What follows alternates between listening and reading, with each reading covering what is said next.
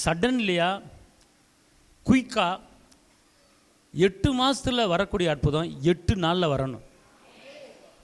3 மாதத்தில் வரக்கூடிய அற்புதம் 3 நாளில் நடக்கணும். அல்லேலூயா, அல்லேலூயா சொல்லுங்கள். அல்லேலூயா. 1 நாளில் அற்புதங்கள் பெற்றவங்க இருக்கிறாங்க, 3 நாளில் அற்புதங்கள் பெற்றவங்க இருக்கிறாங்க, 1 மணி நேரத்தில் அற்புதம் பெற்றவங்க இருக்கிறாங்க. ஆனால் நான் சொல்கிறேன், உங்களுக்கு 8 நாளுக்குள்ளே கர்த்தர் உங்களுக்கு செய்ய போகிறார். 8 நாளுக்குள்ளே நீங்கள் கேட்ட காரியம் உங்களை தேடி வரப்போகுது. 8 நாளில் நீங்கள் கேட்ட காரியம் உங்கள் வீட்டுக்கு வரப்போகுது. 8 நாள் நீங்கள் கேட்ட காரியம் நீங்கள் அலையாமல் உங்கள் வீட்டுக்கு வரப்போகுது. அல்லேலூயா. சரி, அதுக்கு ஒரு ஷார்ட்கட் வழி ஒன்று இருக்கிறது. கேட்குறவங்க அல்லேலூயா. எப்படி கேட்கணும் அப்படின்னு கேட்டிங்கன்னா, ரோமர் 8:30, எவர்களை முன்குறித்தாரோ அவர்களை அழைத்தும் இருக்கிறார், எவர்களை அழைத்தாரோ அவர்களை நீதிமான்கள் ஆக்கியும் இருக்கிறார், எவர்களை நீதிமான்கள் ஆக்கினாரோ அவர்களை மகிமைப்படுத்தியும் இருக்கிறார். இவைகளை குறித்து நாம் என்ன சொல்லுவோம்? தேவன் நம்முடைய பட்சத்தில் இருந்தால் நமக்கு விரோதமாய் இருப்பவன் யார்? தம்முடைய சொந்த குமாரன் என்றும் பாராமல் நம்ம எல்லாருக்காகவும் அவரை ஒப்பு கொடுத்தவர் அவரோடு கூட மற்ற எல்லாவற்றையும் நமக்கு அருளாதிருப்பது எப்படி? எல்லாம் சொல்லுங்க. பிதா தான் சொந்த குமாரனையே எனக்கு கொடுத்துட்டாரு. சொந்த குமாரனே கொடுத்த அவரு மற்ற எல்லாவற்றையும் கொடுப்பதற்கு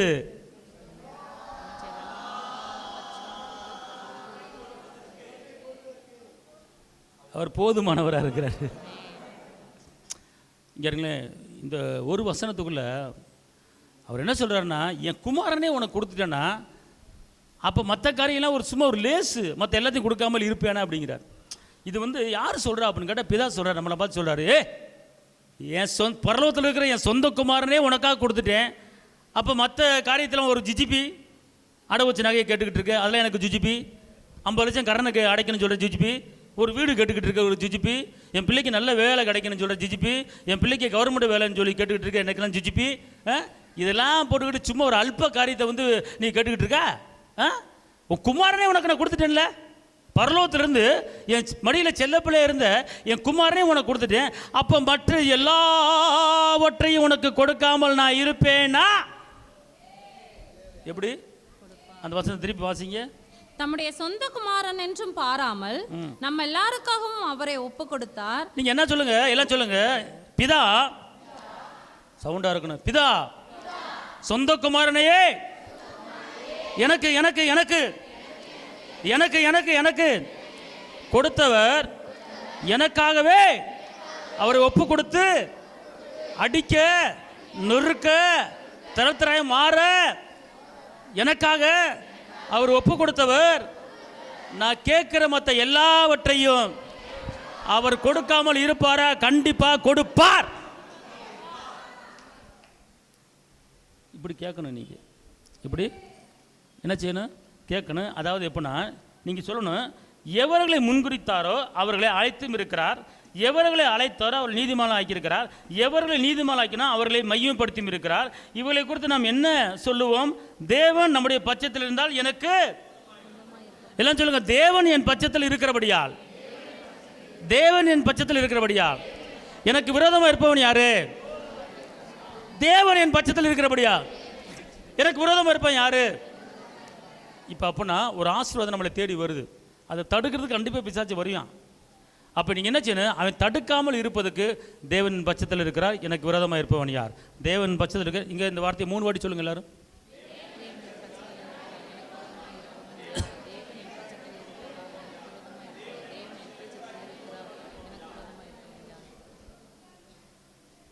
அப்போ நீங்கள் கேட்குற காரியத்தை எப்படி கேட்கணும் அப்படின்னு கேட்டால், தேவன் என் பட்சத்தில் இருக்கிறார், எனக்கு விரோதமாக இருப்பவன் யார்? பிதா தான் சொந்த குமாரனே கொடுத்தவர். நான் கேட்கும்போது எப்படிப்பட்ட காரியமாக இருந்தாலும் அவர் கொடுப்பதுக்கு எனக்கு போதுமானவர் இருக்கிறாரு. பிதாவே, நீங்கள் தான் சொன்னீங்க, என் சொந்த குமாரனே கொடுத்துட்டேன், மற்ற எல்லாவற்றையும் உனக்கு கொடுக்காமல் இருப்பேனா? நீங்கள் சொன்னீங்களே,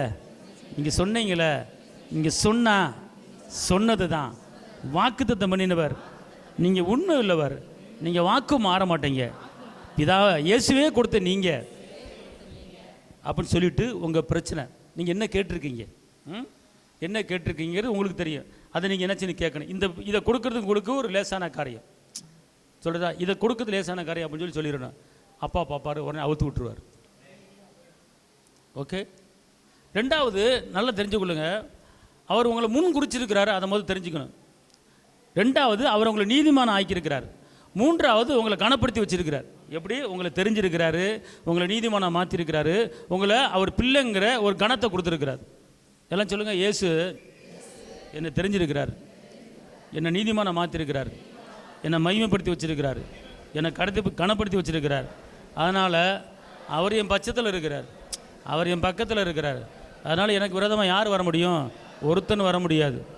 பிதாவே, உங்கள் சொந்த குமாரனை கொடுத்த நீங்கள் மற்ற எல்லாவற்றையும் கொடுக்காமல் இருப்பேனா சொன்னீங்களே, எனக்கு இன்னும் 8 நாளில் இந்த காரியம் வேணும். புரியுதா? அப்போ என்ன செய்யணும்னு கேட்டிங்கன்னா, நீங்கள் அடுத்து இதை சொல்லிவிட்டு அடுத்து அந்த அப்பாவுடைய அந்த அந்த மைண்டு, அந்த ஏசப்பா பிதாவுடைய அந்த குணாதிசயம் என்ன, அவர் நம்ம மேலே என்ன வச்சிருக்கு, எப்படி பாசமாக இருக்கிறாரு, எப்படி அன்பாக இருக்கிறாரு என்பதை நீங்கள் அவர்கிட்ட சொல்லணும்.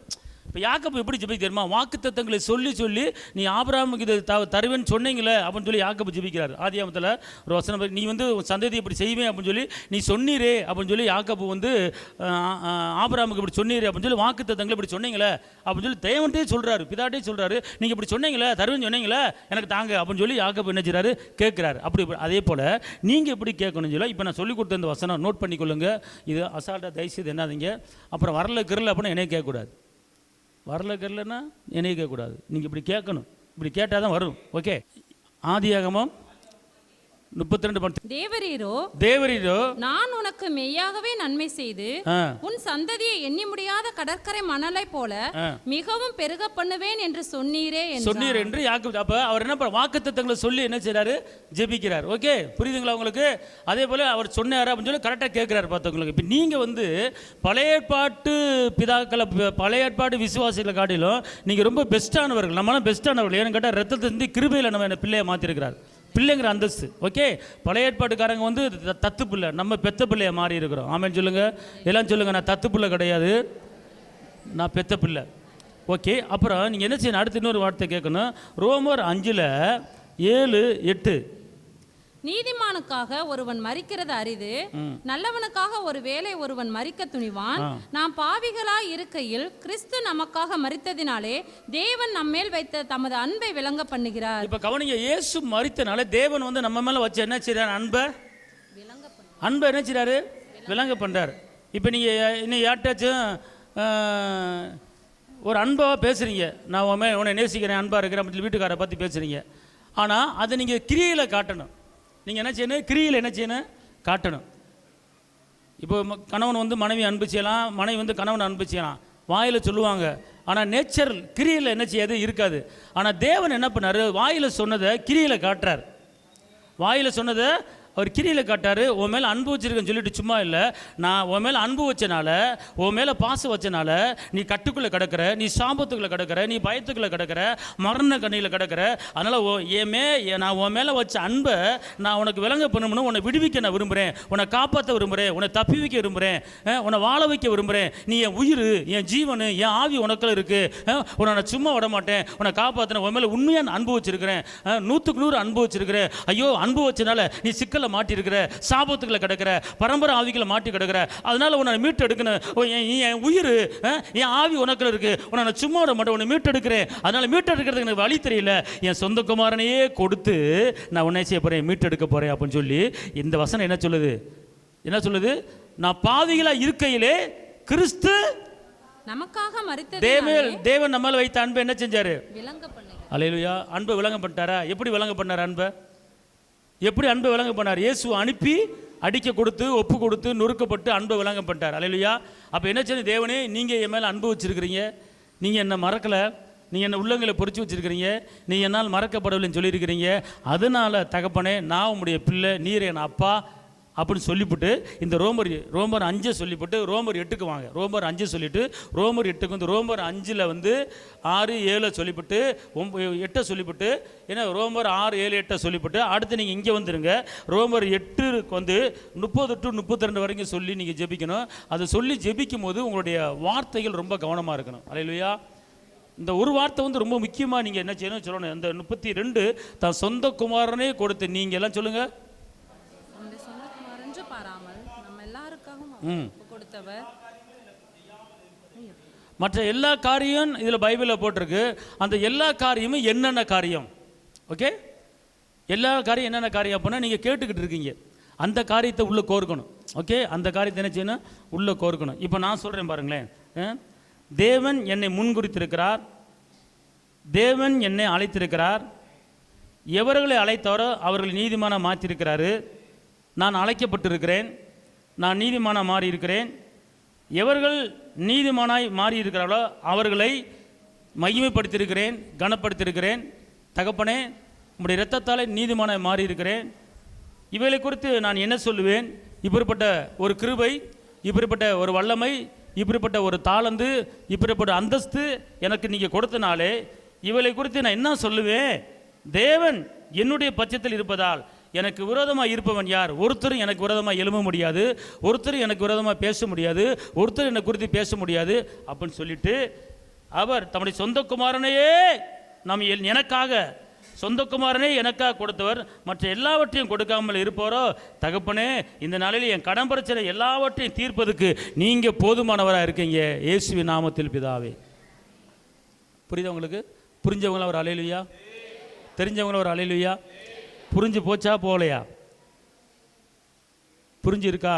அதை வந்து நீங்கள் என்ன செய்யணும்? தயவுசெய்து நான் சொல்கிறத வந்து நீங்கள் ஃபாலோ பண்ணுங்கள். நீங்கள் ஃபாலோ பண்ணு, சரிங்களா? அதை கடைப்பிடிங்க. காலையும் சாயங்காலம் வரைக்கும் வேலை பார்த்தா தான் கூலி கிடைக்குது. காலையும் சாயங்காலம் வேலை பார்த்தா தான் கூலி கிடைக்குது. அப்போ ஒரு நேரத்தை ஒதுக்கி இதில் சொல்கிறதுல வந்து ஒன்றுமே உங்களுக்கு டயர்டு வராது, ஒன்றுமே டயர்டு வராது. இது சொல்லிக்கிட்டே இருங்களேன். இது வந்து ஒரு பவர்ஃபுல் ஒரு வேர்டு. இந்த 30ஆம் வசனம் அது வந்து ஒரு பவர்ஃபுல் வேர்டு. அது வந்து சொல்லிக்கிட்டே இருக்கும்போது உங்கள் மேலே ஒரு அனாய்ட்டி, நான் உணர்ந்தனால சொல்கிறேன், உங்கள் மேலே ஒரு பவர் வந்து என்ன செய்யும்? அனாய்ட்டி என்ன செய்யும்? இறங்க பார்த்துக்கொள்ளுங்க. அந்த வசனத்தை வாசிங்களை சொந்த குமாரன் பாராமல், சொந்த குமாரன் என்றும் பாராமல் நம்ம எல்லாருக்காகவும் அவரை ஒப்பு கொடுத்தவர், அவரோட கூட மற்ற எல்லாவற்றையும் நமக்கு அருளாதிருப்பது எப்படி? இப்போ ஒரு வரி தெரிஞ்சு கொள்ளுங்க. அவரோடு கூட எல்லாவற்றையும் கொடுக்காமல் எப்படி போட்டிருக்கு? அதில் அவரோடு கூட எல்லாவற்றையும் நமக்கு அருளாதிருப்பது எப்படி? அப்ப அருளாதிருப்பது எப்படி? கொடுக்காமல் இருப்பாரா? கொடுக்காமல் இருப்பாரா? கண்டிப்பா கொடுப்பாரு அப்படிங்கிற அர்த்தம். அப்ப இப்படிப்பட்ட ஒரு வேர்டை அவர் சொல்லியிருக்கிறாருன்னா அப்ப நீங்க என்ன செய்யணும்? அந்த காரியத்தை நீங்க என்ன செய்யணும்? கேட்கணும், பார்த்துக்கணும். கேட்க நடக்கும் பார்த்து. இங்கே இருங்களேன். அப்பா வந்து ஒரு இரக்க குணமுள்ளவர், அன்பானவர், அவர் சாந்த குணமுள்ளவர், நம்மளை வேதனைப்படுற வேடிக்கை பார்த்துக்கிட்டு இருக்க தெய்வம் அல்ல. இன்னும் சொல்லப்போனால் லூக்கா 18ஆம் அதிகாரத்தில் ஒரு விதவை வந்து ஒரு அநீதி உள்ள மனுஷன்ட்ட போய் ஓயாமல் எனக்கு நியாயம் செஞ்சுவின்னு கேட்கும்போது அவன் என்ன சொல்கிறான்?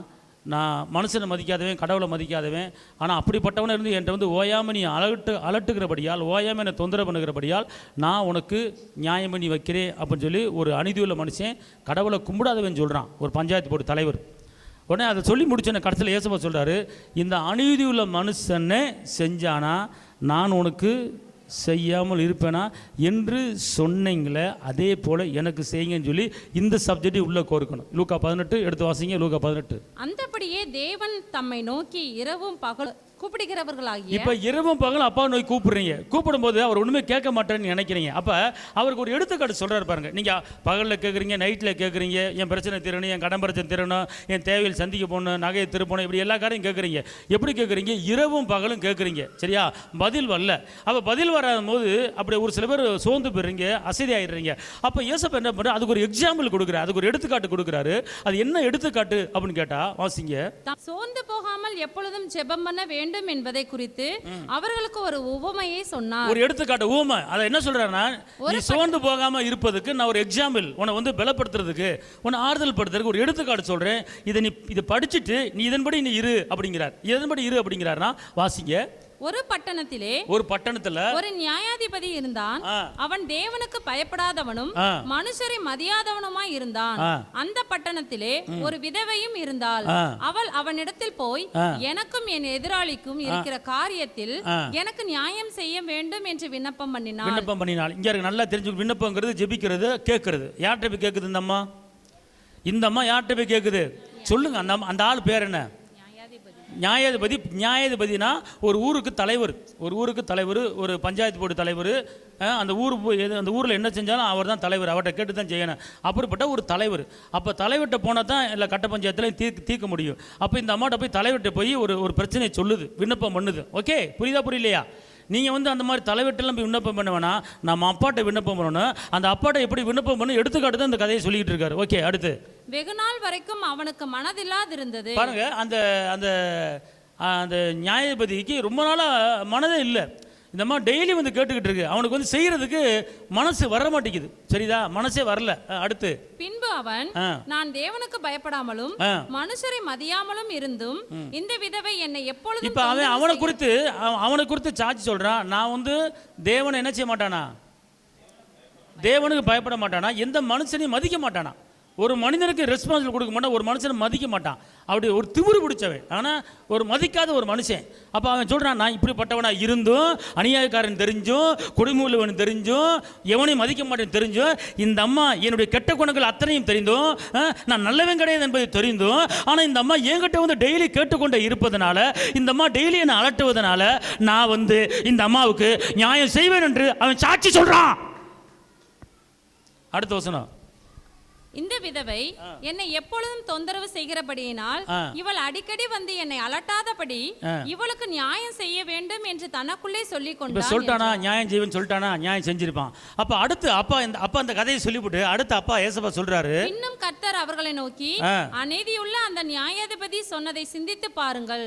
அந்தபடியே தேவன் தம்மை நோக்கி இரவும் பகலும் கூப்பிடுகிறவர்களாகிய தம்மால் தெரிந்து கொள்ளப்பட்டவர்களின் விஷயத்தில் நீடிய பொறுமையுள்ளவராய் இருந்து அவர்களுக்கு நியாயம் செய்யாமல் இருப்பார். ஒரு கையை தட்டி அப்பாவுக்கு நன்றி சொல்லுங்க. அப்பாவுக்கு அல்லேலூயா.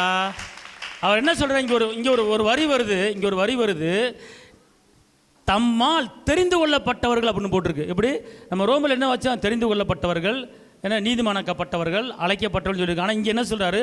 தம்மால், என்னால் தெரிந்து கொள்ளப்பட்டவர்களுக்கு எப்படி போட்டிருக்கு? அந்தபடி தேவன் தம்மை நோக்கி இரவும் பகலும் தம்மால் தெரிந்து கொள்ளப்பட்டவர்களுக்கு நீதி செய்யாமல் இருப்பேனா? அப்படின்னா அவர் என்ன சொல்கிறாரு? இரவும் பகல் நோக்கி கூப்பிடுறவங்களுக்கு நான் சும்மா விட்டுற மாட்டேன், நான் நீதி செய்வேன், உன் பிரச்சனையை முடிப்பேன், 1 கோடி பிரச்சனை இருக்கா முடிப்பேன், கவலைப்படாது சொல்லிட்டார். அப்போ நீங்கள் இப்படி சொன்னீங்களே ஏசப்பா, இப்படி சொல்லியிருக்கேன் லூக்கா 18ஆம் அதிகாரத்தில் இப்படி சொன்னீங்களே ஏசப்பா, நான் இரவும் பகலும் நான் ஜெபிக்காட்டினாலும் என் சூழ்நிலை அப்படி இருக்குது, நான் கேட்குறேன், எனக்கு நீங்கள் நீதி செய்ய மாட்டீங்களா? எனக்கு இந்த காரியத்தில் நீதி செய்யுங்க ஆண்டவரே அப்படின்னு சொல்லி நீங்கள் கேட்கணும். அப்படி கேட்கும்போது உங்கள் ஜெபத்துக்கு, உங்கள் விண்ணப்பத்துக்கு பதில் வரும். ஓகே, எல்லாம் சொல்லுங்கள். ரோமர் 8 30 32. அடுத்து ரோமர் 5 6 7 8. லூக்கா 18ஆம் அதிகாரம். இவ்வளோ வசனங்களையும் இந்த ஜெபத்தில் உள்ள கோர்க்கணும், உள்ள கோர்த்து கேட்கணும். நான் கேட்டபடி கேட்கணும். கேட்கும்போது 8 நாளில் 8 மணி நேரத்தில் கிடைக்கும். 8 நாளில் 8 மணி நேரத்தில் கிடைக்கும். நம்புறவங்க அல்லேலூயா, நம்புறவங்க அல்லேலூயா. கண்டிப்பாக கர்த்தர் உங்களுக்கு செய்வார்.